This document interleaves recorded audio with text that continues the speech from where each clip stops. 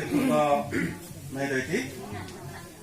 tàu này bắt thân nên rồi họ là số đúng tập sớm về không mà sau nên anh nằm lôi mi chung bắt thân dan trong cái là mình chưa hắn không gì cả mà sau nên mình tới thằng giàu sẽ ôn ini ke ni soi goria baptis Tuhan kuitling ha lom lu nakan ahong kikap emerald Yesus Kristus ini sibai nanakupuka ente speaker sa tak ano secretary ano su sai som officer ngai le sakal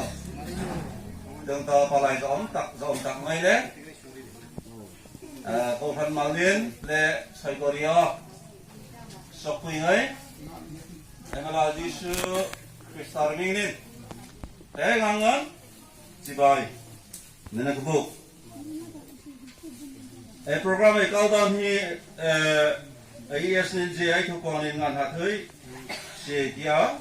để con tao lúc mình đăng này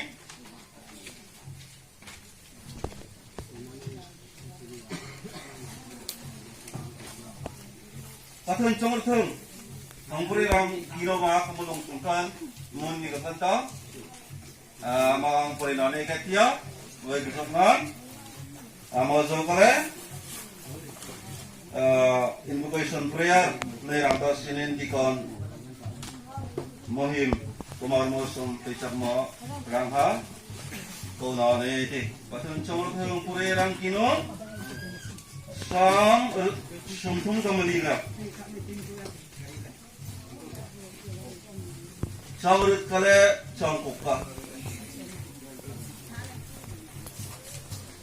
jo songlang boreke ololpa phajiachu temchin tere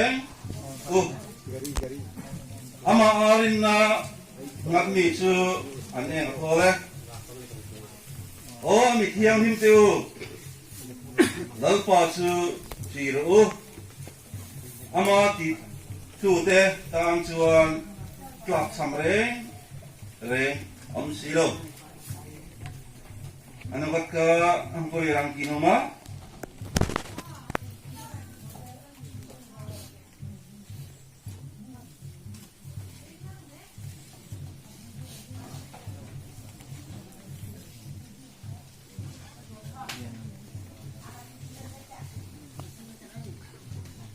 Parenton ni ka bungruka jang semlai ruka untuk semlai jang kurigat ini jong patian nung biakin kan misi patianin anmani omanga anmani kaleng bokang tin an patian kaniyanga anni po tamite anniyang atiyang kan Cuangin anjing atau lo cuakola asangin omru hilbo lo reng po deksu lam panati jadi cuan kalau mang ciwa intan pa kanianga nangni po katan fanu papa inyang patan cong thengai mirhau puri patan ini sah tosinin atarkan bore na pikse amen atun cu Ito ay mga nang tasinin, ay di kandang. Okay. Trong là sai. Rawaning sin ni kay pa nitin, lesantin kay nabing sin ni kay mamla Yesus Kristus. Nang mga kay namroy ring atas signin. Enro, akon le ate matak ngarkar, kan le sungthi ko na rko thangri atin karkor kan hon snam nang ma kay namroy nga pa mansalin na kun lom champan ito hanung silay pa en rohizo kan khu kan hi awan program tha tak kahing nai thaya lalpa hi kai zu hi nang ma mir thung lo nama kai na phut pui mi sang ro awan ni kan kai asa thấy con chẳng lâu nên nâng mà cây làm rồi nó là dễ dù cây ni sớm bị đòn con nên lâu pa dù cây mang thấy ta nó cơn cây hư ra nó mà hi dù không cây na phút pui mi sang la cây na rồi mi sang rồi hanu hi atun cây ulun này dễ dù rồi long này chúng ta không snang nâng mà nên tu sin la nâng mà rồi mi sang la nâng mà cây na mang pui mi sang rồi hanu hi khotang kanta member ngai kom snang amor thok na hi khum tak kanin manusinom dan chalo minom dan changse kaina sandam mi ji su na mi thung na por kai wa cha amen chúng hỗ trợ mi tung thế mà chúng sẽ kia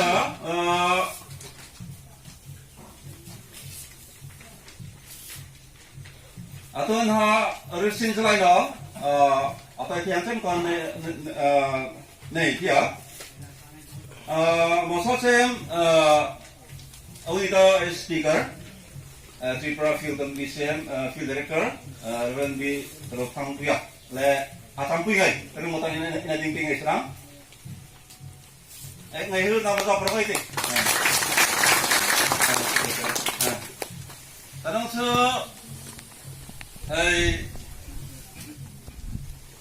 sai som secretary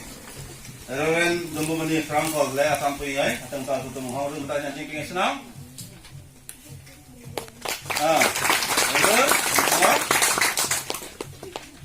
Kanong chu ai sai so officer ngai ai president le ka ring motang nen zar mom na kan hai na ding ping isla ngai her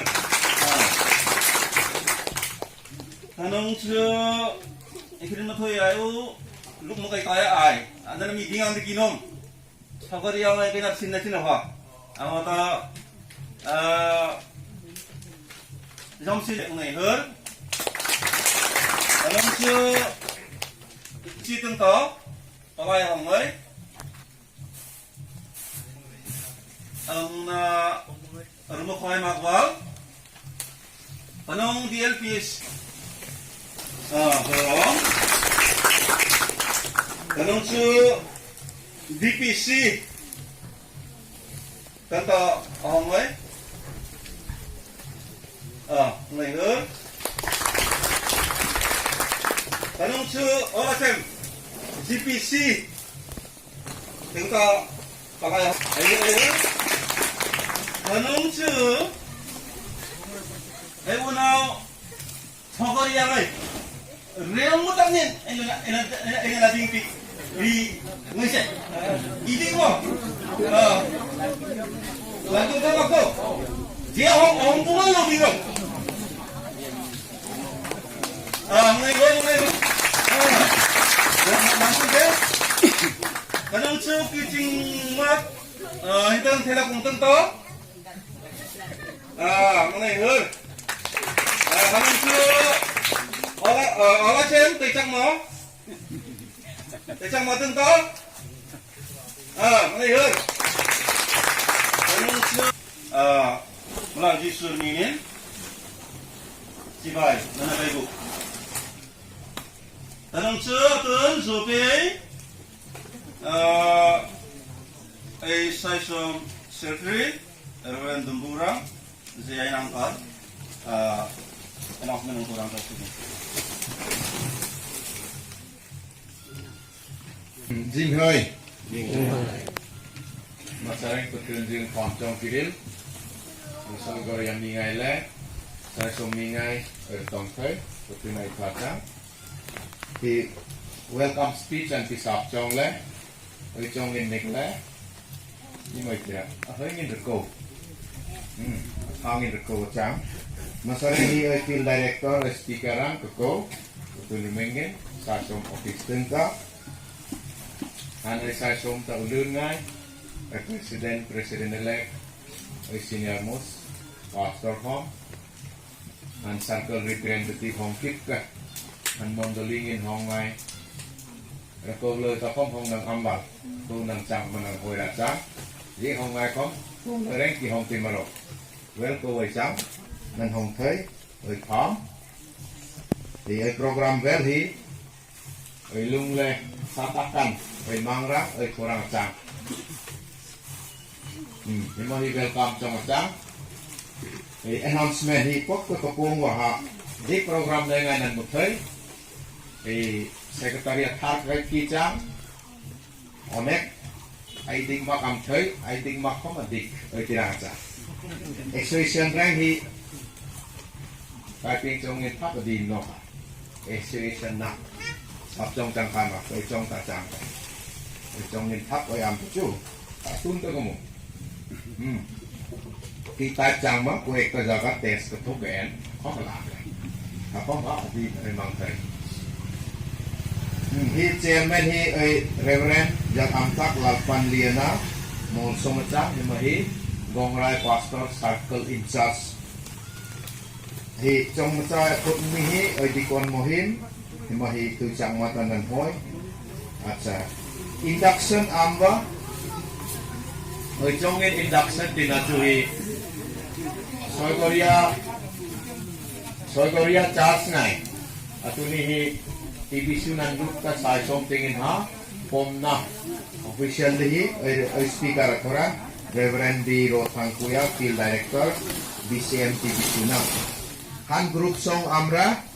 nilson puilare hi pe hom sui chang phele kungai anai cheman chang han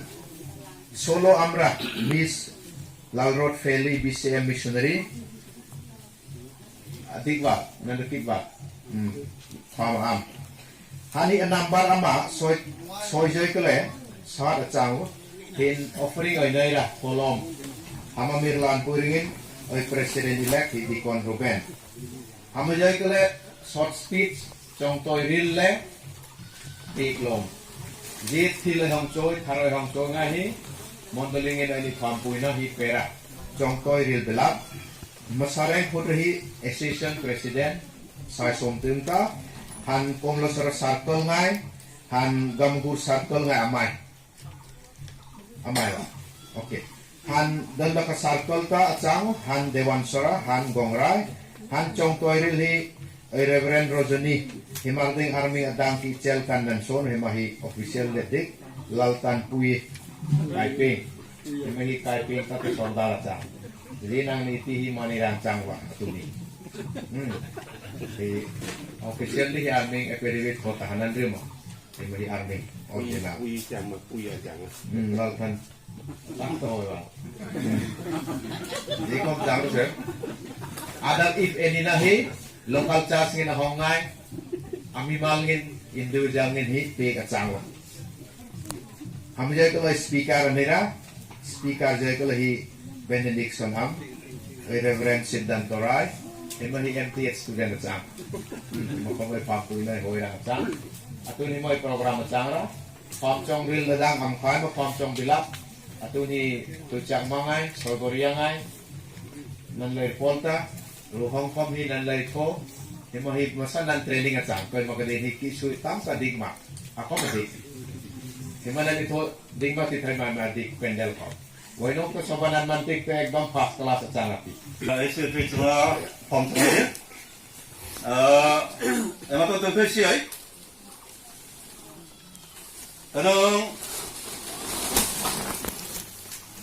nó cái tiền hư trồng là điều gì là ông đi cái nên phát hiện nên số thao số lúc tới này bị thì mi tắm tục cả trong mà sai nó đấy mi mal nên cô trai nên tắm tục cả nang sai nó đấy nang này không muốn luôn tháo đặc lên nhưng mà tăng nang luôn nào ngày ở trong phi cả nhưng mà he cũng suốt cả nhưng mà con nang mà nhưng mà cái nang mà tăng không làm gì làm phi ở pin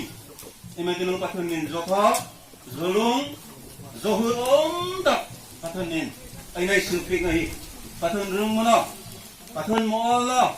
phát hiện mỏ ruồi nó là Bà thương mình ơi, ơi trong mà chơi nói. Bà thương mình ơi, ơi biết nói. Ông đi cần, tắc nên này một thể gì. Paterming cho masak nam se. Amen. Tun chơi kanin thui se ya induction nei rang ka sinin tuna chuan induction nei turin kan speaker ang lo so mang. Kan thil lo mong tang mai tu kan lo nei la thai tai pathian khong na ni chu pui len ka rong bo na po kan nei thei mang lo la yin ko han pui ti ran kai tu pathian ni minam pe te hi an mong le in ka sia pathian khong na ni o pathian kho pui ki chung chang thu rong pui takin an soi chin ani ole tuna hian soi korea baptist ko han te ko han pui ti ga dan kai na an nei to na sumi kan man kai na won na hun kan nei lai chuan a het pui tu kan liang in ko han member ko na ro kom te kan za vai de ding thei piang chung thei tong ta ni ro ding lo soi korea baptist ko han hi pathian le a ko han ho te fiat pui le mit mua le beng fiata tharau thiang him chen na la in puan chuan na te e kho vela pathian ram lo zawa a lo hia a lo lan pia de deng thena turin ko han pui tinga lan kai ni ti ka puange pathian tharau thiang him chuan om puin chen chi ze pro se ti kan tai u kisana mandang bei seilo min tan tu lalpa ikisena ilei iko han ho te khovela hian thanga lian ze le indin thar zel turin min ti a har sam na le buaina nek chek na le nek so na sitin re min min sim ta ra ko ho in thenga iko ran ding thar zel te ma son zel te do thang lian ze te mel mil hu ti lu kan ma ti em i không ai nào cắn lò mà lòm tụ cắn phì lết xe chứ tiền cái lợn phải với nào có soi có rễ có phần tết có phần cùi tinh à làm cái lâu này là phì tai hi nàng mát không ai nào vào mà nè thế có phần đi lợn pa i minh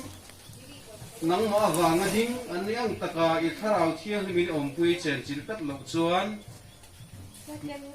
lợn pa kiện tên thì là con man son thì là chứ vàng cái thế có phần ta đi thà rau thiêng thì ôm cùi nó lại chén chỉ nó cắn điều sake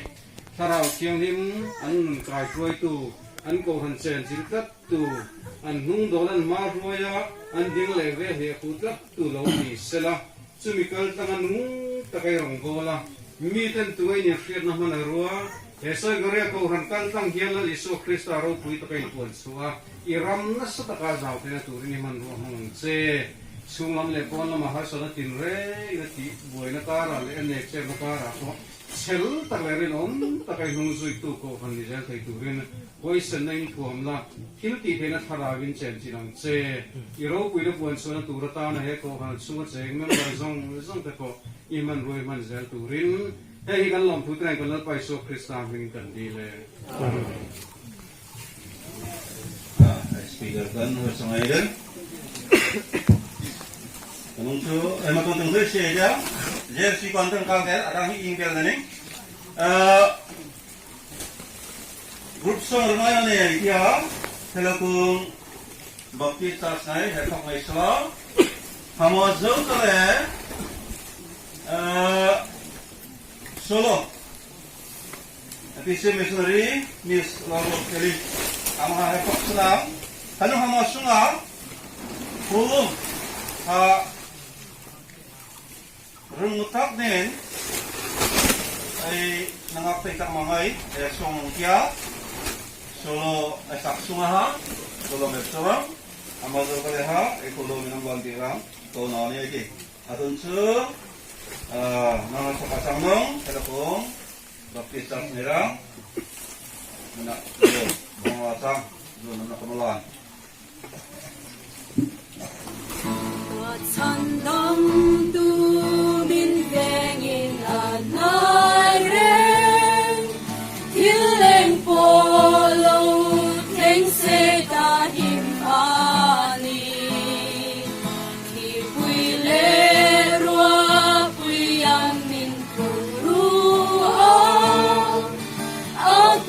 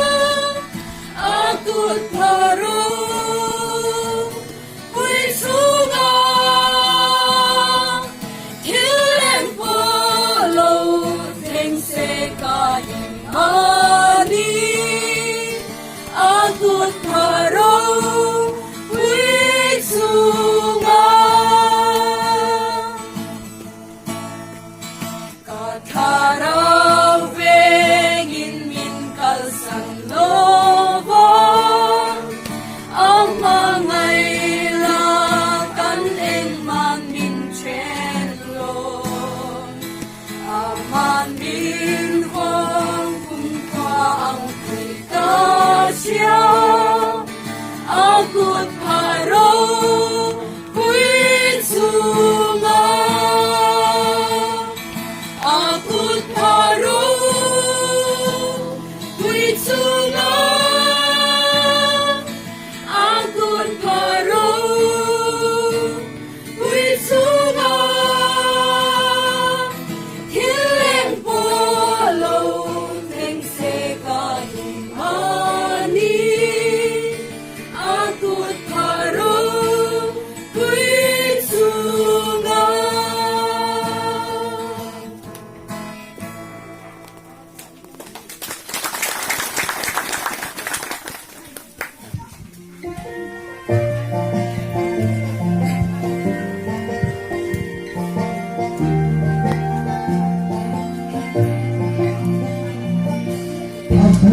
Trên chúng ta khăn bồi thà muốn rút lên na hồng mi tung na cùng so tay ngay đang tu đắng nhìn cần nôm na nang na kumla Sanal te vale ya sai por tadi Krista in them khale di Susai mutubin, bertaru bertangan ni, nana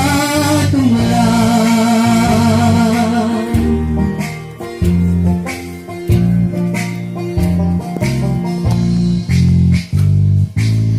Karamay tin sobrang launin, rukoy tin mutakatin. Rangay na roon at hale mutumin Krista indong ka hutang se Sanal bukangay esay portagni Krista indong hale dik midingin Rangay na roon at susay mutumin Portaru butang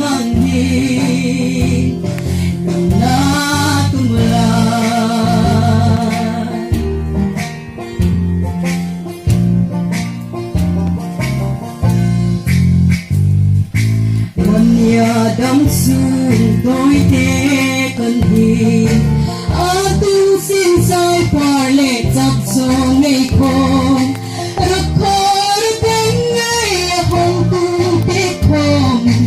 nhìn con lâu đình marang pane Sanal te vale sai par tagli Krista indong khale dik midingin Rangay naroon at susay mutumin Bertaru bertangang di Nana tumalan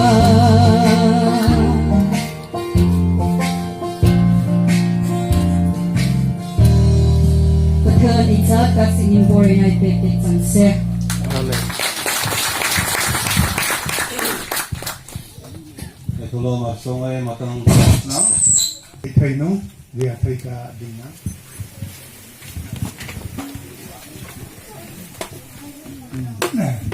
cái cô lông ta tên cần luan này từ nay lỡ quan asum mi cây patern kanung chu awani hi ni kan khanin kai na hong roi mi nakan her trong kai rel pa patern cây thô mặc ngay cây xin mặc cây chôn mặc ngay cây na pek ni awani kan opa patern e Soigoria Baptist Kosan Pui King program mangnakan nung ma rang nang lau na cây hồng này na cơn je kai nom kan kai phal kan pe gan ka singin ku tu kai hamlan amo hol tek lonin pa pathen naram rezau na le nero leun na ni mang kai nom ikanin ni pa pathen hanung repik kai na kai ma ton thoi kai nei kai dang ka singin le hi mondali kausan kausarai hi nget tak nen long tui chunga khoi angir kai dang ka singin nasapa ji so ni nen kai jam Kalau kong saya ko hai kai na menoi chunga ho chunga mi to ano so hai tak ro seli ene menoi ta sin kong ho chunga mi to kanoi tholo mar chunga ta singin le ene malon bi mi ta sin kong chunga mi to kanong su ene sin lagi short speech amsen secretary marita nang lumisot maro medrum nang misot komisot thei nó cái cái lúc từ hôm nay nên khỏi mang lúc này tôi hồi cái gì hôm nay đi cái rồi rồi sang á adon hôm nay khát tôi không có tao nakon gì cái bộ con không thân không kanong je tharo sarkar nên mulong mai om te hima kakau sunganga short speech nangario sunganga ha malan na này thì adon moso ikan itu siai SSBA tentang pengai selo ama jauh kale KPC ama jauh kale GMPC kanongsu DLPC GPC GPC ikan ini ha tui pekok kanong masa sem SSBA office tentang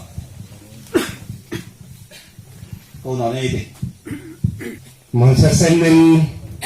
hinakan hi program kanakal kit parang ay malal Jesus serminin sibay na nakabuga kanong sundan kun husong pamsong kumitung. Song rilom tam kakinay ato komsanang hi jurin ay napal maka hamata sinakaw tiyang sem kan rilket uni hi program Putin taka ay namimang mihi patunasa, hamata sinin patun kan wansak sa muhurtong kumitung patunaming sumusori ng set. Ng kanong so hi program mang pirang ta sigmin zol hay songay hi teksak makoksan ngayang abikta nil ang kunhurtong kumitunga hi ay dikon muhim le atampi nga di ngay kan hurtong kumitung. Ang ni Omar senang te hi program hizika tung thai la wei om thai hamata sinin pathelin bol nai pek sang se kanang su hi saigoria akan jala songai ne mi pole asampui ngai pune mi pole asampui ngai sungkan hu song kamitung luk jal nang songa zan pran nang pega awni jala kam nang jal songna armuya hamata sinin nang kun hu song pam song kamitunga kanang su hi programang ating kay na muso pudang ta sigin hi ay program ay nahangmang puingay ay atunay meeting chairman sa som secretary kanang su atunay speaker kanang su lar oy taktak ay namirngay ngay ay missionarino telekong baptist ko san ngay chung omten ka kan nang kun hu song kamitu ba kanang su hi program ikan tanin ay mang hi patun bola sang kanang su mimal ninjala songai nang sum nang pontam kajal le sum pon le jal nang song na kasin nang kun hu song kamitu ma kanang su abik tak nin gongrai pastor sarkal ngai chungkan nang kun hu song kamitu secretary ngai kanang su treasurer ngai abodi pumpui ai pastor ngai pastor Zai kumar ngai indong sungkan nang kun hur song kamitunga hinakan sungna arsel taya waksum ka hamaha sai somnin ai malana sang kanong suatun hanung khat ka atun nemi pa matun hong sanang phet ka pope hi akomi hanung khat ka hi sakramente atun molan kaya mahi inang bukan pik senang hama kanung sisi herte ay sungta ay molan cangkar sehmat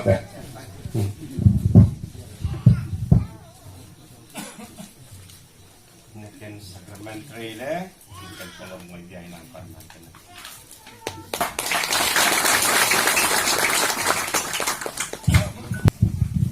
Wino, kung itayak, kung itayak, wini ka na jakray ko noon ka. Jadi kung chance, ay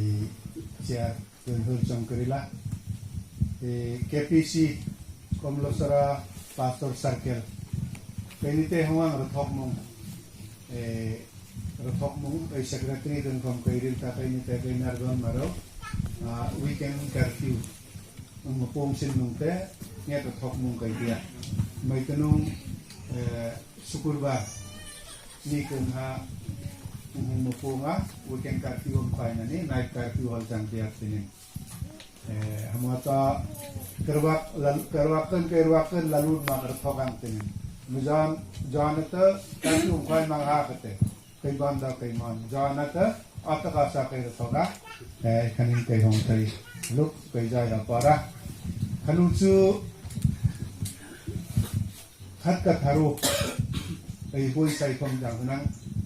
rilaw om tay ning mo kesek kuang pat tukuna chong arilsin sai som Sajai Baptist Association hinakun hi halam kuki ngai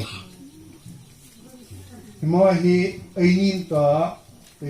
halam kuki achang ngai mo kon kai keng rangkol kuki and te bong cher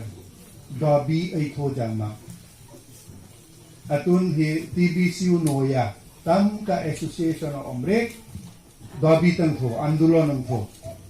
kay na pe kanangat inklub jindabad ante ini halam kuki ngai jong mak me Central Association of oma South Association ay oma kuai komol kuroi oma ru arphek ngai jang khanung chu jati tu ta khom aru ti ngai ai jang lekha tung ta khom thai mak te ngai ai chang khomul tung ta khom aru ngawai ngai ai chang hamakun pathun aina buma aina ko terming khom ai nai pe ainin to ai ko jama sai som Sajai Baptist Association hamata signin awani kun he chu kon pathun ai nai rok ai nai hama sunga khomula ai oma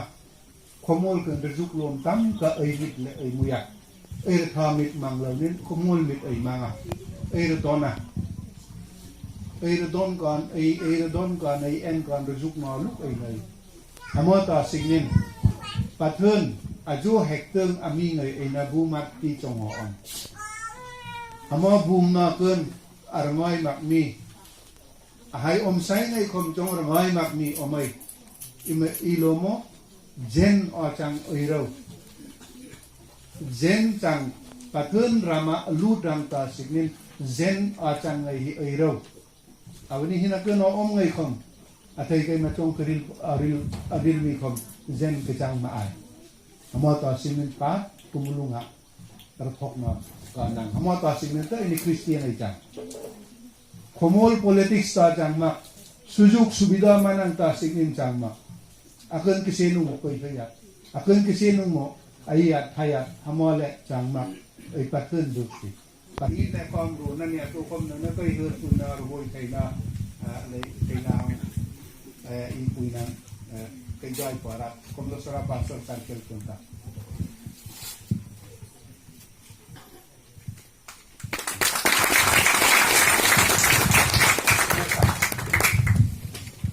Kumbat sara pasal kau tentang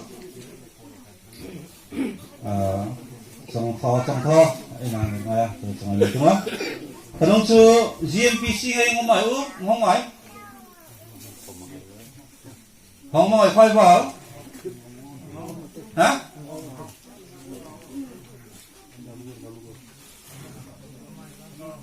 chẳng nông zo nam lo này đi pastor sarkal ông xin trong ina sami ha amasang ta sang kanong atun ha gamagur pastor sarkal ta mà sang nó coi thì ngon mạo dong DLPC don lepo pastor sang kau teng ta na coi thì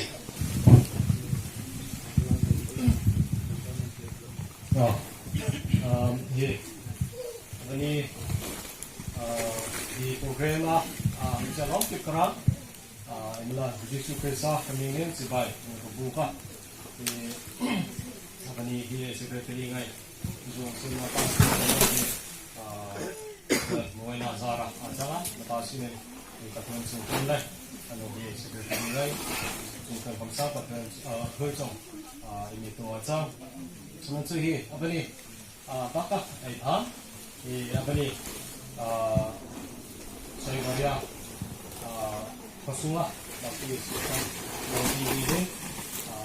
kajian ko makom Islam pancong itu kira di apa ni dollar kapa pastor circle kami ingin di tolak ah yang na negatif di trong orang di kai ronon na in charge mereka dia rasa di anti aja kemarin yang tema pilau ni aja itu dollar kapa pastor circle lah pastor in charge cangin di tema yang macam sedang di apa ni laka orang kinong di Segoria ngayon ini harga tanpa calongin laka orang na negatia di apa ni baptis ocean sunga di Segoria kumingai komsna pakian sinporang kin di nung nalau siam rin di nanjunga komsna hamjong kantung hirajang tanpam na sunga harga lo tirang kinong su di baptis ocean ngien IPK semti inay ama atang komsna hi pakian bo atin ka puma atang hi apa ni Segoria man kosan ni ngai nandu imahi kino macanga hi pakian bo atin ka puma atang ti ron na nengin miriam man musu le neilundang danga emokiam na anemi trang lâu rang kinin ki nang ki nuam pui chen ya acham ki sen ka chu pathian rang kiam nekin neinun rang kiam ni chunong man musurang asrana neingin kiam na neingin aom mi tak kai lo om sin ma hi avani pathian dong ai lo zu na sunga hi era lom chu neinun le man musu man miriam kaina singa lamtianga imotam ka ama orang umi cang langin patian ya tin ka sinato temi atin ka puma cang ti na neyin hi patian rang kim na dik patian rang dik na dik ka nang lo nei hi ma hi dole ka pastor circle ramingen bani ni kan hi na ki uma canga cang hi khmol nei nun rang asrana neyin patia chunong neilundang dangai rang kiam asrana anai ni ngai chu patian nung ai zuna sunga hi atong changa ki ma hi nandra ki no mari nin hi patian nung ai zuna sunga hi kumwa nei nun dam ka hata om rzuklom rzukti adang dang oma angai ne kinin hi patian rang dit na masa nei nang nei achang kale nan inuam hi kumwa na I manan inuam amangai hi het patian in hi morsa nanan lakayati amaha nakiri la chang masa chem chu patian rang dit na anei ni patian rang khiam na dik anei ni ama to ka patian in ai non chem hi achang ma hi bani Segoria abani baptis sunga nang lamdu na sunga hi ko patian sinforang kin nang laurpe na sunga chong toy lakka laurang kinom hi achang ajang sna patian in anong ziga hi Segoria baptis ko thalingai ra patian in borsa ani ti chang sa tunchu hi sarkan don ka pastor sarkan ni lak imo tharo neinun tonte perang kan tia ma hi ina law malang ngai lang Landraba Segoria makta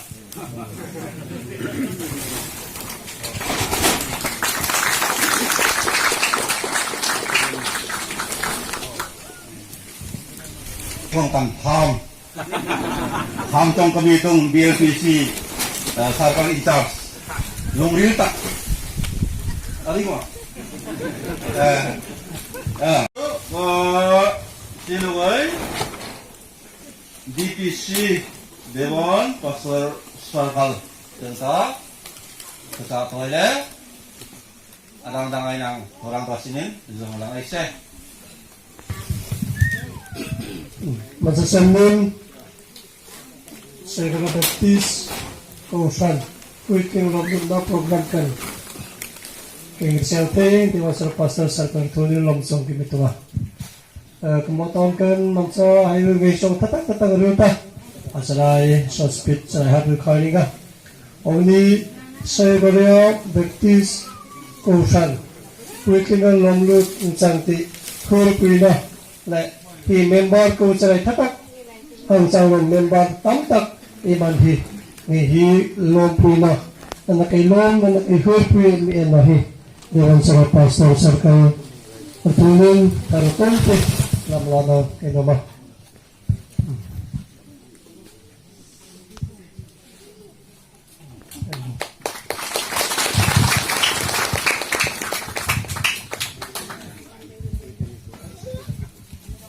ayun. Anong cu? Atun cu? Ngoroy Pastor Sarkal. Tengok. Zong larang tas ini. Anak kau itu. Anong satin din uli Soigoria Baptis kausan pui tim kausan pui pemlut na lomlut na programa ai saya semua office tengta nungcu field director le mundang tengta Sarkal hisap din kausan hisap din hongkip kale Soigoria Baptis kausan member ngayan itu mah Krista minin cibai ini kebuka mansatin din correction thorang kinoma aku mingai ha tuni bai tum ka kohong ta khom a spelling nang kho ta kha e program kon Soigoria angtia Soigoria oma Soigoria manang chang government in je spelling ha lekha singai ha sama atun sai somten ta office circle ten ta khumha nang ko san member riming ha diktak spelling ai si te ang kon hi ai omna kan ha correction thurang kin imun nang si spelling ha CHHOIGARIA mo nanti ha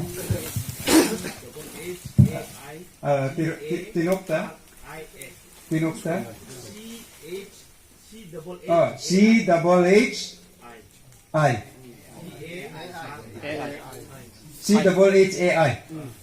chai GARIA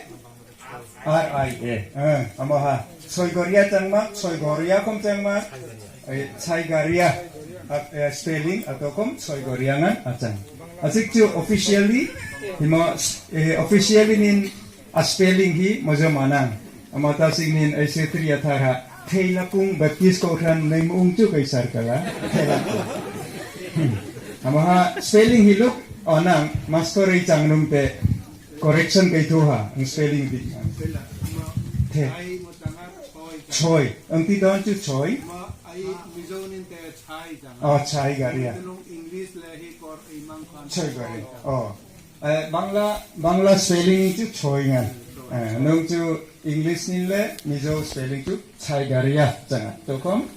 english bangla spelling ai nu choi garia ngan ai pham nung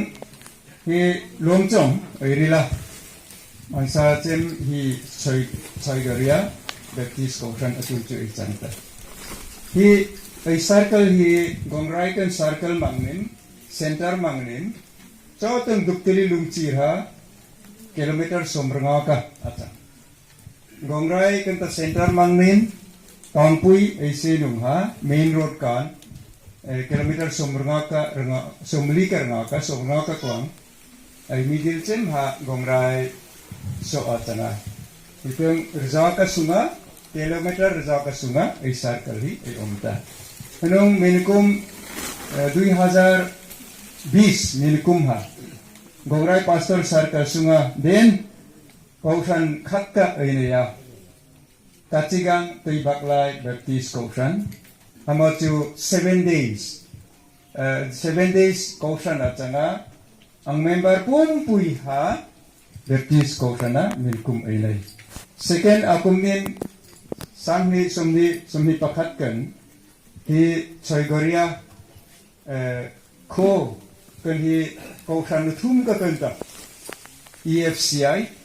Presbyterian Roman Catholic na non Christian tawti lartel mga itun kate ko sana thum ka kan ta hi atun ay choigoria baptist ko sana nay hi at nga EFCI Pres le Catholic ata atun baptist ko sana hongta amata phama hanong Venika hi first visit ke honglai ke chong rilden hi nan ai saisom president elect kom hang kita saisom sajai baptist association ai omna lom hi halan kuki ngai ai omna lom tak acha ai chong ri kai kom ngolsom changin kiril ke work nang ro theng kai ping chong nang chong ko kiret ma ai omna lom tak acha Presbyterian sama EFCI sama Catholic sama adang denomination ngai sama gitina changma asik chu hinan di Kaushan visit circle turin ke honglai kam iti chu kha ai Kaushan nin member ngai pathian ai book na satak nin pathian ai book na tak Kaushan ke ha ai omlo tamamo hi Donleka Baptist, Donleka Circle in charge pastor ari. Nainunkan ay wak na hamarinin Baptist ay hong changlawin. Pathen ay book na diktak ko santin ha. Atun te changtati ba? Na. Maton EFC ay Pres ay Catholic ay sumasamak kitina changmak chu. Nangirinin. Atun hi pathen na book na satak amun diktak kausan diktak chantati atang tamo mo atang mo laro pre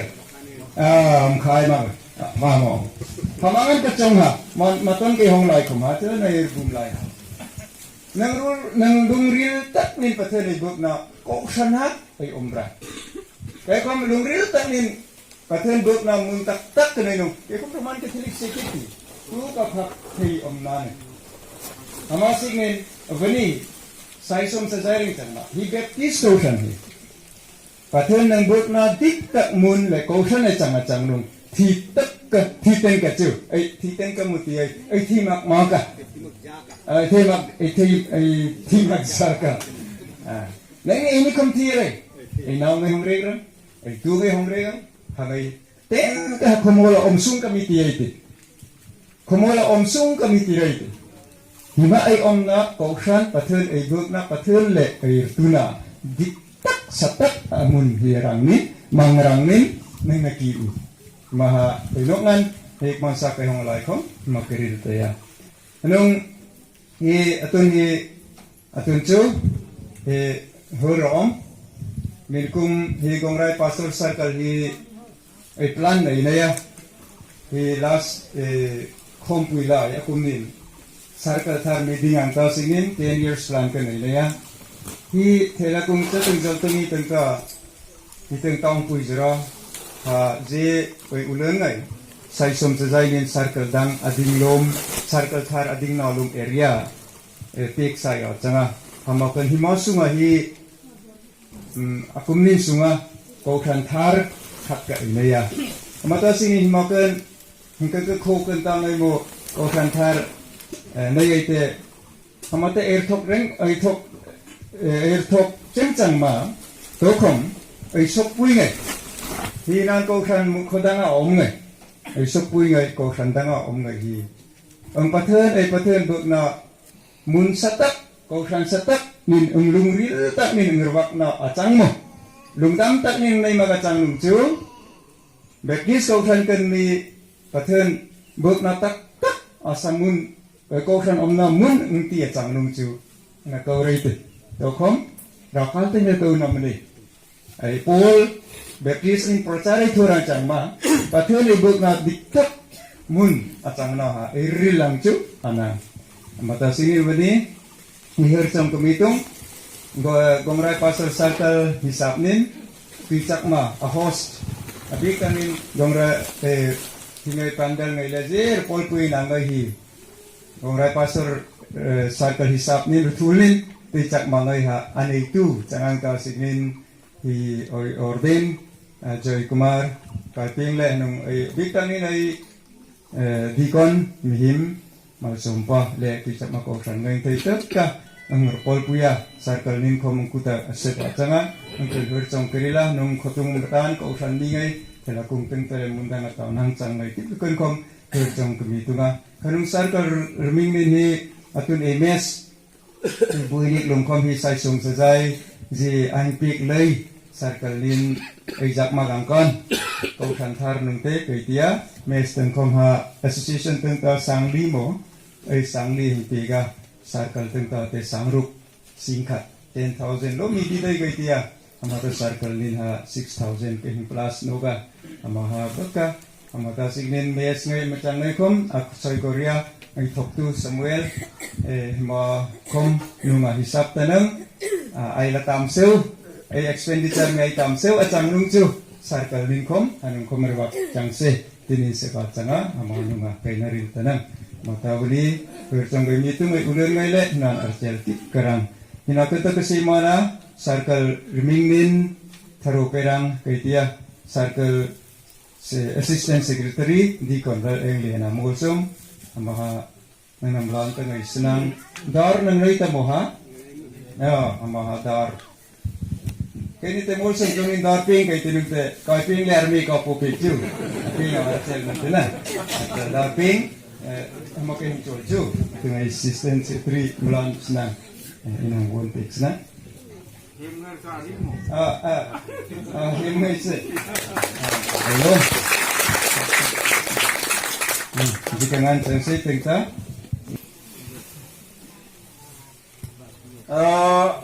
nungcel sering tidak di awalnya yang atas sini Reverend Rajani pelakon pihak kaiteng kerang ha aso deh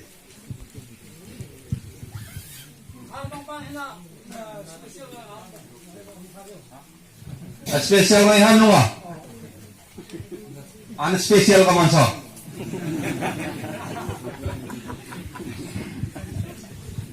Sun hai. Short speed trong tôi grill na. Hun campaign ka association ka secretary migni ko yung phone na program ma ranking program na penrechakir makom ha kadam nong hongrang di itin achan chu hima kaipeng thangram khuo thangram kente khoriet kanen om hinninga hima area han zaini ni ki thona asota renen cheno amasa chem ha sangkat jako somko palikum han field director Reverend C. Rauthoma antia ani omong phai ma athita jan kin hon riek ajan thima thangram kho hi kaipeng kho khoriet kanen oma mun kate kem thum kem dik sungen khoriet kanen om nen future ki mu achang ken honga bola kho ken riek hanin khotin ka EFCI है volunteer missionary nyansa bola ko kenwa kaina hamani jandale ha kenwan esatmo kenwan duoimo an missionary lo o makwa sente a ina ke nen rekte abangkom ha painting atung kiang komer donnong RC muthai hana ken reka achanchu khat kachu Mitam kalah girnen cheno. Sangkat deko somsri parukum han BA kahong jawa asamata. Desember ha nunga roll tharpol kaipeng KRP ni kitupri. Kaipeng roll tharpol don lekhata phaile ken hong. Khotin kanang ni hong sir. Tin sen kho jo ka una ngai khuan chang. Joidan sempang ngai ha. Sen ke ke renente ulian ngai te nau pangate ke finance na kahong sir ta chang kai peng khosom le sri ga hanen khosom le nga ka ani khong sir pui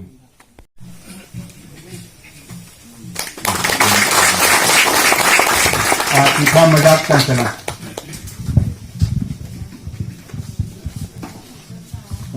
Sang ay nito. Rồi lúc xí tết mong dù ta coi cả ST càng đặt bên này khỏi mà xong này thì cả rồi luôn đấy, xong này thì cả ai coi đấy cả hạt tiêu hông thằng ông chú sẽ nên là bên này khỏi số rồi mà tắc nên cái hồi thấy thế nào ấy rồi mày ấy tuổi ta xin nên tuần họ local church le personal nên gì kucoy ama ha ang coy ni harang mutak nen monso GPC tung tau hong taro han general kau teke GPC gongrai pastor sarkal tung tau personal nen local nen je kucoy ang perang nomi harang mutak nen hango lulu ko murjui taro intang rem manen nenun haro ang lari lo ang laro Gongrai Baptist Church Ertul ni na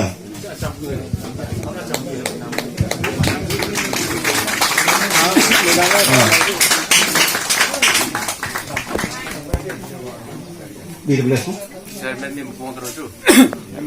BWS Gongrai Pastor Circle BWS ni Nupang Pol Gongrai pa Nupol ngay Aton Darkai Coach Rai ngay Polhan Kudang Anju Kacikang Tebak lai Bijanandi Baptis Tuhan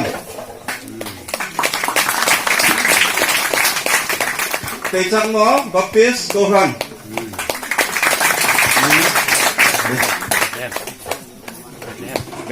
Bethlehem Baptis Tuhan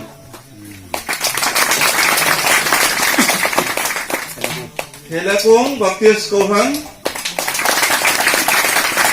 Kacikang Koloni Baptis Tuhan Adang malalak personal rate Tuhan ni rate Gongrai Pastor Circle tento Amkai makwal Tanung su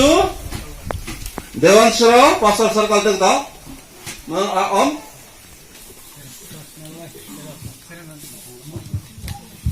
Sambal babaw ni karut iti. Awan ni pag phama om hi soy goria mondeli thar hongding hi pagana ni kan phampui pathian nai om puyati pathian kian amisini rangai sai kadin pathian kian bau nandung pengin lang awan ni sai som sasangin pham chong panani phampui na kanong manahi koi mai Mizoram Baptist Missionary Kichang Mondoli Thar nan changnong te nani phampui na le nani ruan na lakasum nani perang kinom atu mohong lati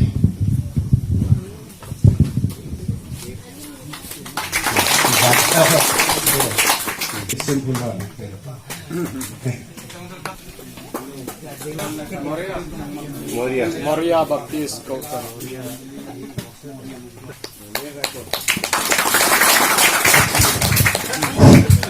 निर्मती खंड रहे क्या करते केरपुर की सारी ने पुरुषनी ने नेलुले केमा निजारा kan tapsina kai ke ni jom puideng tak tak kan khom ha man khom ba kan thebe kan hong man khom kan hong man kan ni se tim ga whatsapp den hong det pari palung der ma la ko hong kol udin ni am mot ok yom sogya be lom lu ma te se mo koi sai ki the ke te soy की थे कहता है कि हुए मरवा के कहते थे हमारे कपारी ना अर्जुन को आजंगा सोई गोर थे कपास जमा सोगरिया सोई गोर ये पे की तो कहते हैं बाय ला साथ लाबू नहीं पे की लाबू कटा कपासन की मालाई नहीं पे की जो कंटेम्पले kan ko frantana thir anthuna mal sa bordin ni kan tia ema ko hong soya sang हमारे cái này đến mà không có sao ta Pari pa cái này ha kan hong thọc đã rằng kan hong ta kan hong cái này tùy pin cái này rim kan siêu chung nó là một giá cái này hay pek sau cái này đi này thì mà cái pin con sắc nó xem được của khi nào cùng là tay hong cái đấy soi cái này hong nào rằng khi nào ta cái pin ta rằng thì ta rằng soi cái đó soi nó nhắm mắt cái sai ngay soi ngay thì ta soi cái đó cả pa dân nó khoa rằng mà đi này Mesin itu ha perjalanan jauh orang ayam. Roman beti sahabat dan watheti pakadi level. Kaiting kerja, kai ngupum kai mul suam kai ngupum tak. Nani macam apa? Kerja kaiting kethi kai mul suam. Madin helala mul suam. Confusion aseka. Kanai hom le awai ta, kabong som le awai ta. Ajar si khai ni awai ta. Kerja kaiting din helala kaiting. Kethi kai ngupum ta. Din helal mul suam hai lina mai hai pakka ma chitia jang atong la oi la jang gari manung ni bayat kai gana ki pore ha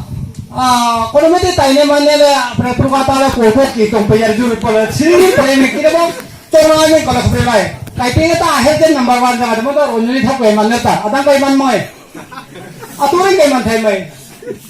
dan la kha ajang Nancy kompilain, dorong asok atau pemilih interview kayak sumi akhirnya tak mau na, apa yang mana tak interview itu ke subtang asumsi kayak sumi interview, ketik meser preferensi meser, atau nanti baptis meser, kan meser dah sah jangan, proses nangkol meser menang nampak je tu pun, atau nak kan meser tu kita mau otomatik kadang fat dan onte tak model tangan untuk kita tak, dan meser asyik dalam puitan dan atau nama meser tu Sisa meser, tuh hanya pasal saya mathar tak, consider itu mathar, mana luiye andong tuh dah kerja ala-alasa, harusnya kaya ini sakti ni kau baik kaya jawatan, nanti kau ha api besar ni kau kau bati dah humpakan dan nahon dan nasi cimero, beri kan om, kecimak tinggi tu dosa je kaya pero, kalau saya siapa kerja jom pero, kau hong menganggap tu dosa kaya pero, tu zat kau macam zat ni kan kau dasar. Competition ho mata zat tu masih tem besar mata pak yang pamtak bisi tak boleh tak hong kemagu yang so armalum kalau tepero soalnya yang pam kan khote nga amhong khoka don ini girjin siamba ke lepe girja ka pa baptis kan ta de purung de ulung sungut the adin ma kong mo kemut mulut te ke tepeter ke din ke khig lo ta no me tak yang khiga ta kan nan khoi ho ahong kho ke lepe lampor ko kina ta ta ke baptis kan ta ke baptis kan ta e hong thang nan kho pak ke baptis an nom tu ni ara tak ke ulung nan thar ta ki ho pam dan ya ta so ke ju amret tan ke pe nemi pa ha anantia temperature mo sa mudangan among ito man ni ko ni asampu pera na ate kata luka ko oro na pa no pa nemi pa mai nan honding terta mitang ko oro amanta ni thuyo ni ne luri na ha mari ken mai de theng ko sampu luka na tu ne nemi pa khau hai ni no pa ho sa asampu yang amit ni man ke sa asampu pa pre naman nemi no man nemi minang ki pam de đâu kayak alu thum nan tuk ta arba kaya to kecil borang tersa kan kausan kan family ini kita kamu keturun om kiting kira pakai dong kohong menung anur thera kiti ha ke orang kukur kan jisu ni ki pam ta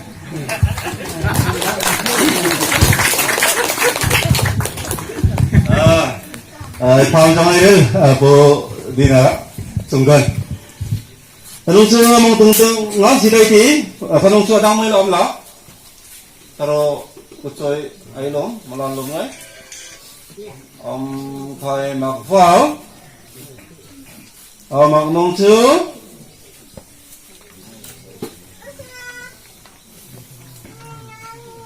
trong một sai nó này cái ama semua isim kuma sota sota di ngai dia trong một sai rồi cái SP karang rồi một lần tay tí Hello.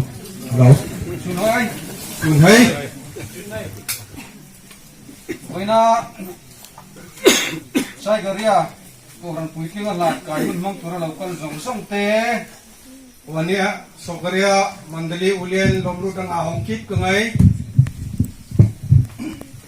Baptist Church of Mizoram headquarter le Baptist Church of Mizoram headquarter atang ni le Tripura top tu zong song te ai in Tripura athong ai kip ka ngai rathul nin dal Isu Krista min chibai ka bu ka chegu naliswa Kristar mingin subay na ni kabu voina he hu lu tak mang tura du sarna min hlama wangin hi pun lungtak mi ai an nomna ko tungar lanin kan suai tu te le pathian chunga lom tu ka soye ai na roi ngai le pathian ke na pham chong taril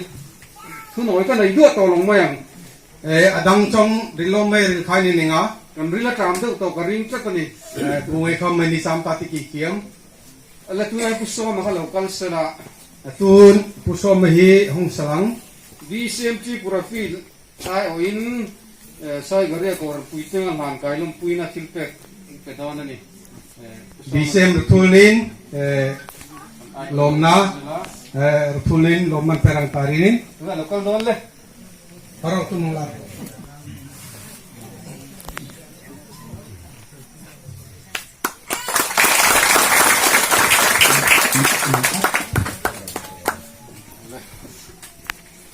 le pathian la ko tian lim sharing ai tang le Pathian Bible reflect ending dangai ti ti ko te thil ti bung som ni cha som ni pariat terkote thilti bung somne sang somne gariat ka pathian ko ran ho ama kisana le te ti chom turin nang mani len ho te zong song chunga chuam phim kur ro tharang thiang himin an chu ho tu siam chu hi pathian ko ran ho ama kisana le te chu a thu thiang hin kan siar tel pan kan zatan ma song ro se Amen.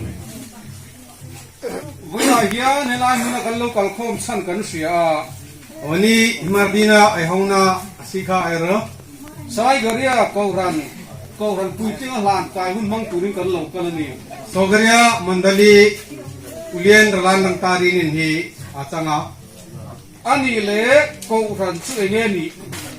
anung mandali hi imarsu ko ran a chuan eng wangin nge ka tel ve mondelia irin makartel ko ran ni ka ha chiang tak tak em mondali hi atatak kiramo voina hian ko ran pui ting lan kai kan tia wani mondali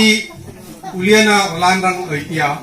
ko ran chu enge ni kan ha tak tak em ti hi pui moi ka tia mondali hi imasang tak ni neramati hi roman catholic ko ran ni kan lo roman catholic ha mondali len chang maka presbyterian ko ran ni ro presbyterian mondali chang maka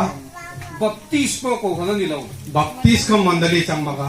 bible in ko ran ti chu dang dai ni bible in ko dang iti hi adanga chu kan ha chiang em amaha erat ardik mo chu mi na ria chian lo chuan amaha mi ngai hi satan kinan rat no baptist ko ran ate baptist ate presbyterian ate pres ate roman catholic ate roman catholic ngai te abuai chin ana ngateng teng ha asoksin ko ran ni ege mo ni chiale mondali hi itak na sang bible tiam te chuan ti hian an soya bible at ha ngani tia ko ran chu thu thung lu ya chuan mondali ha todang ha dan luya ka hal pina da kahal tinin hi saga thu thung thara chuan ecclesiastes satia patlung taraha ecclesia te satia chu a om zia chu ama ortho ha pung khom ho tilani mai apung ngai tina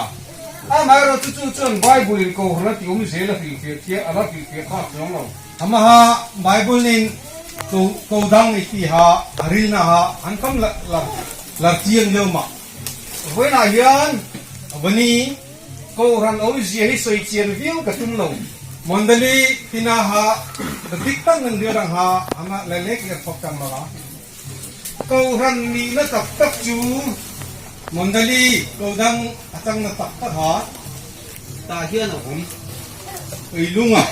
ay kena takaam ta hian a om ay lunga câu rong ni na tak câu ran om zia tak tak isoi rin le Mandali tak tak ri ai thuk tang rin le in khia thuk sia ka om lo ai ret sial siap pangan chang maka câu ran ni na tak tak om se tak tak ra chiang tur chuan Mandali ai ti atatak arat na har dik rang rang chang nong le kha sir san nam pu ni lo lekha purein sei sang hama chang maka fin le a pu ni lo asing le amol khom chang mak chu chu voi nai kan khia chi ra pui mo wani ha amaha ai ret kang anang chu chu voi na choi gore câu ran lo ding phar ta pa pui du chen chu ni wani songore mandali hong ding thare kam ne rin tang king no câu ran pui ti kan lom lu thar te po to san uliena anei lom lu deng erang kham câu ran chu la Isu Krista chi sena din ani a mandali eti hi Yesu Krista tesen le ibingain changa Bible kan share tu na han kan share Bible ai pore me atuna era câu ran chu he tia kan mu thei ko dang ai ti mandali tinin dil kitya ka ai pe ba pon lam lang thei penama ai lang thai dan hey ai ril zo kini himane ka athu khia changa chu chu mi na khia chian lo chuan amaha mi ngai ha satan ken andrat mang no câu ran a hi e ge tel ve na chan kha he chiang thei lo mandali ira archel na tak tak haruma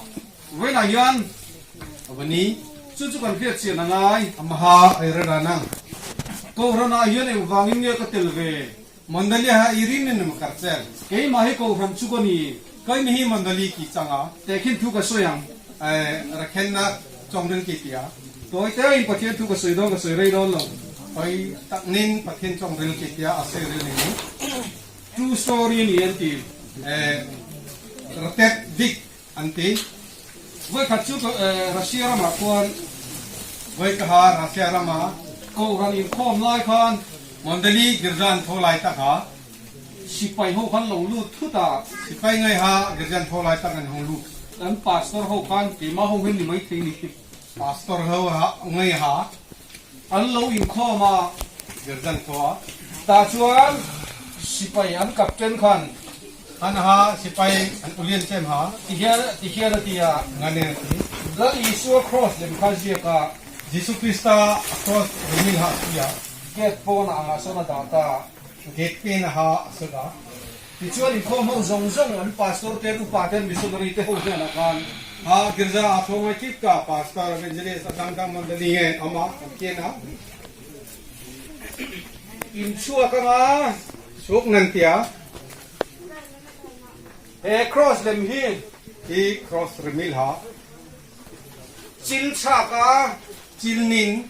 an chelo lo piang chu wania samang mi chu kap don chu ding nani kap kan ten den ti chuan in khom ho khan lo chuak ta ni chu chu girja athong ngai ha anong sok ta an pastor te an pastor ngai lo chuak ka anong sok ka Isu cross sa chil cha ka Jesu cross ha an chil vai khat chil chang mai poi lo do kin arong kon bol le mai do na lo man kia vai ka ki chil ti iring ta manunga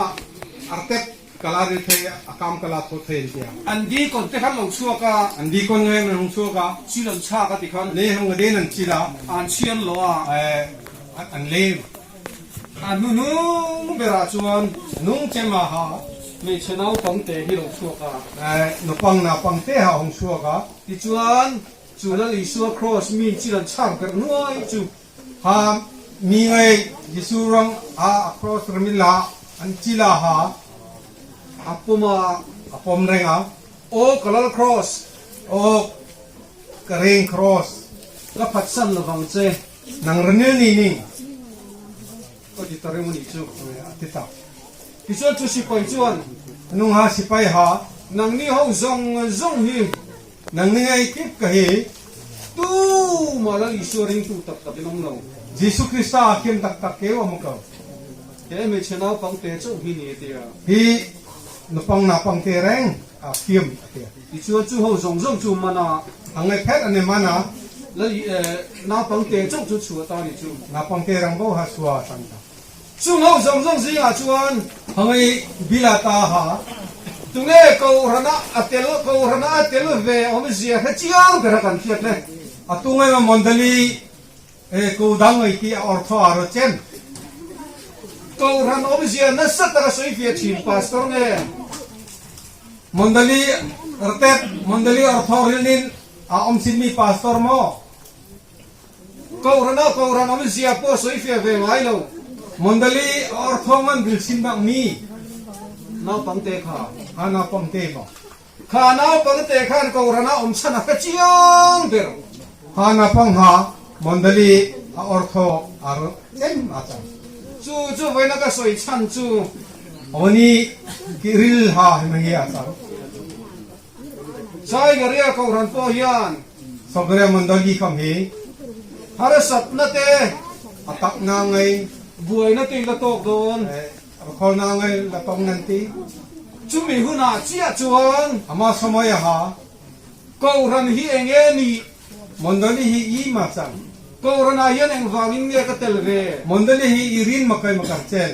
tin khi chiên là orang lòng chuột chiang Nan rod Makahan Har Dikati câu ran in hara sat na to lai te Mondalinin atak na atong samay ngay kam a buổi lai te Arsok lai ngay kam amang an lai te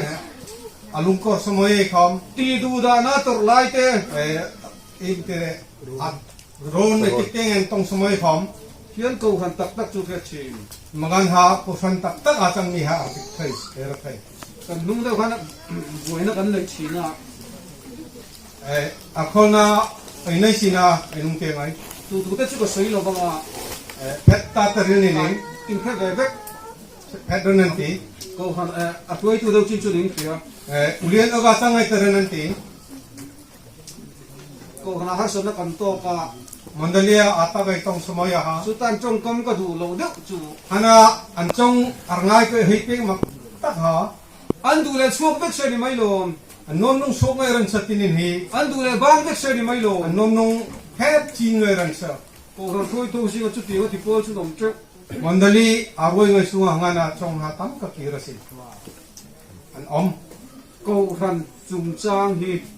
Mandali raw hi izir tamakhiat thu ka ni lo Rasay tama rat thuk ha chang maka pastor ni wanga fiat china ni lo Pastor isang tarinin irat lek ang ata chong chang maka pastor câu han chan chin soi thei deuh Pastor Mandali ratet aril thay lek câu han in har son na to lai tlan chiat chin kan ni chuan Mandali archok arkhol samaya arosin mi ay chang nung câu han om ji hi pakhat ma kan khelo ti na Mandali ay ti ortho hat kerumak mentina chu vai với la hian Amari ni nabani câu han hi anh em ni Mandali hi I macam câu han ai anh vang in nghe cái tel về Mandali ak irin makai makarcel chu chu kan fiat chi kan the chiang em Maha ka chu câu han hi lo na li man kan tung Kachat ka Mandali hi rap rang narang tanjayan thua azar zo dik te kan tung Ama azar zawrang tari na toksina chu chu câu han hi a the chiang tak tak ang em Amaha Mandali tak tak araw aram chu wang em với la hian Amari ni awani câu han hi ka the chiang em Mandali hi kirasatan maay Mandali tina câu han hai anh kan ni ve Mandali I makai ki chang a to na na ka soi lo chu Among na rilrang ki tisu mizoram a Mizorama mar lam biela kalom lain Marlang biel kan omlayin marlam a chu kan câu han kan tam lo wa Marlama kan Mandali tamu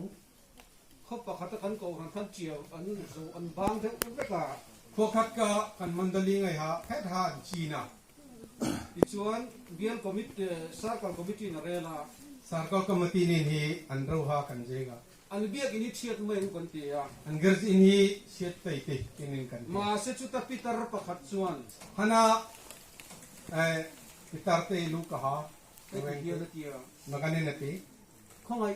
tak min thiat sak su Riang munin ka siet pe maraw tu man kal ngai to lo ni poin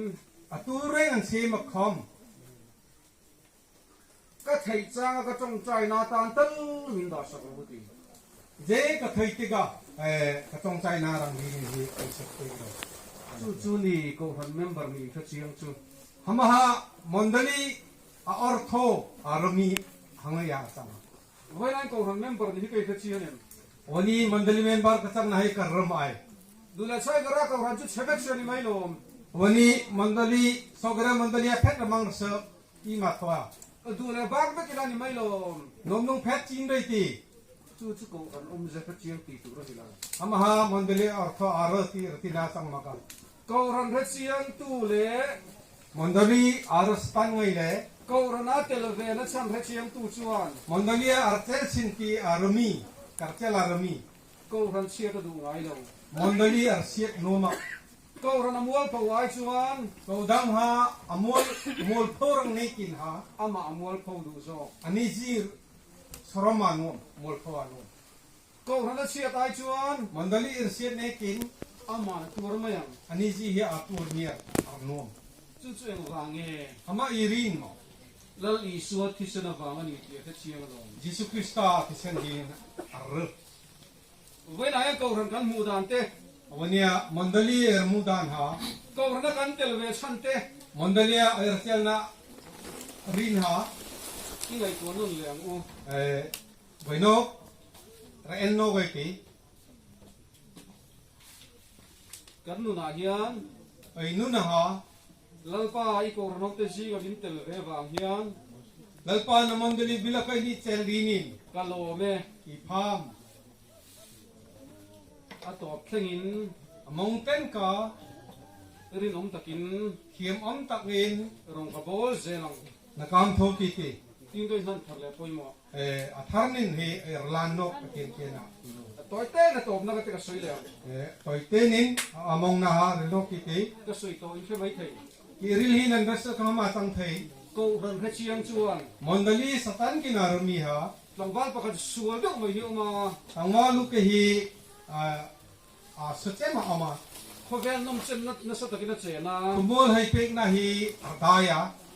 มีพิมพ์เกระสุนโดมา rem la taka bepsane thosin ที่ชวนตัดตัวช่องสวยไหมยัง among atoi lam ri lai ti ก็รันเอาพันเราดินข้อเวตาลิจู girja hong ahong chelta อภิยันทาระ arjir tharta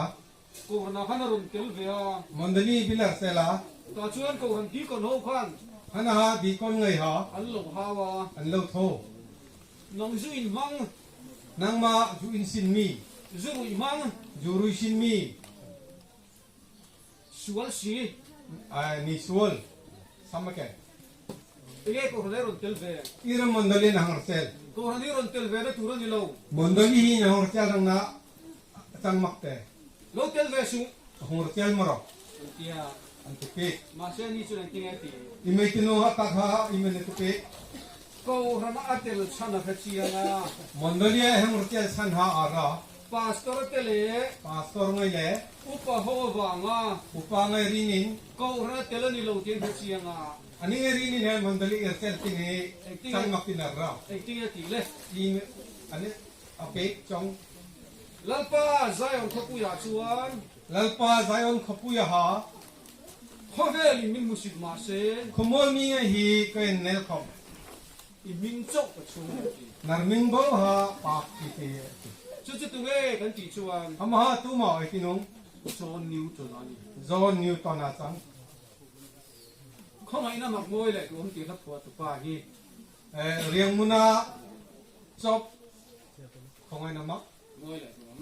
riang muna Amazing Grace riang muna chop tim ke mo chom te ka ni ไอ้ที่เขามีเลย ai ni ngai hi ก็รันกันเตลชัน mondalia ersel na san ha ก็รันกันอมเวชันที่กันเชียง mondalia ai omna ha ai romo ersel na ngai ha เวลาเฮียน avani แล้วป้าใจของเขาผู้อยากชวน lalpa zion na khapuya ha เขาไม่มินเตลตีชวน riang munin ai na kel kermi เขาเวลิมินมุสิมาเซ kumol mi ngai ai nan nel khom อีมินจกกับชวนไง narming bo pak ki ti อีนี่หลานทะเลแม่ของงู tinin waino ralan kharai ti kien ken แล้วก็กันซาตันมาสองเราเซ yen rankin bore pek chang Patun Chong Tho, Patun Chong Dong. Sagoria Unangoi, Ernil Mak, inoma ohan mondli iti kadimkan ay nama kale artip ngai ha kadimkan ay ngaya kanchu among tema buni do bu omba buha ay rengkan kami anik lomi hoiling takay mungan buneya emong napan kanong su aban dito ay tulong ha sa situng kanong wajali kanong sumruk kanong dharma ka 3,265 lakat kanong napun gihinsena misal anin ay ay kahal farming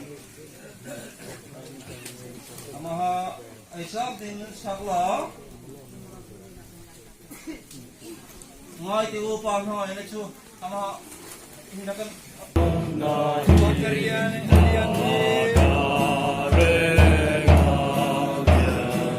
ini bisa lo patian now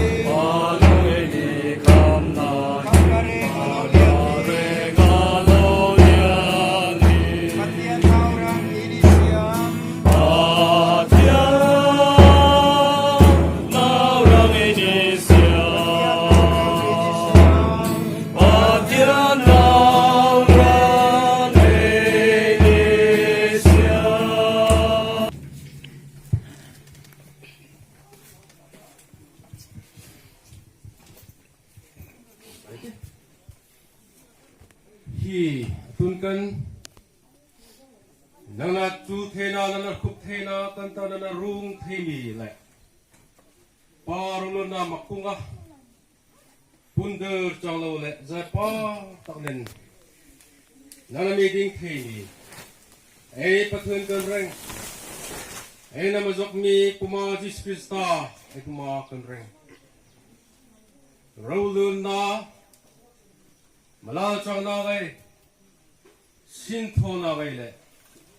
chong nei na gai pa nam chang se hi atun kan ta kum so ten ka amen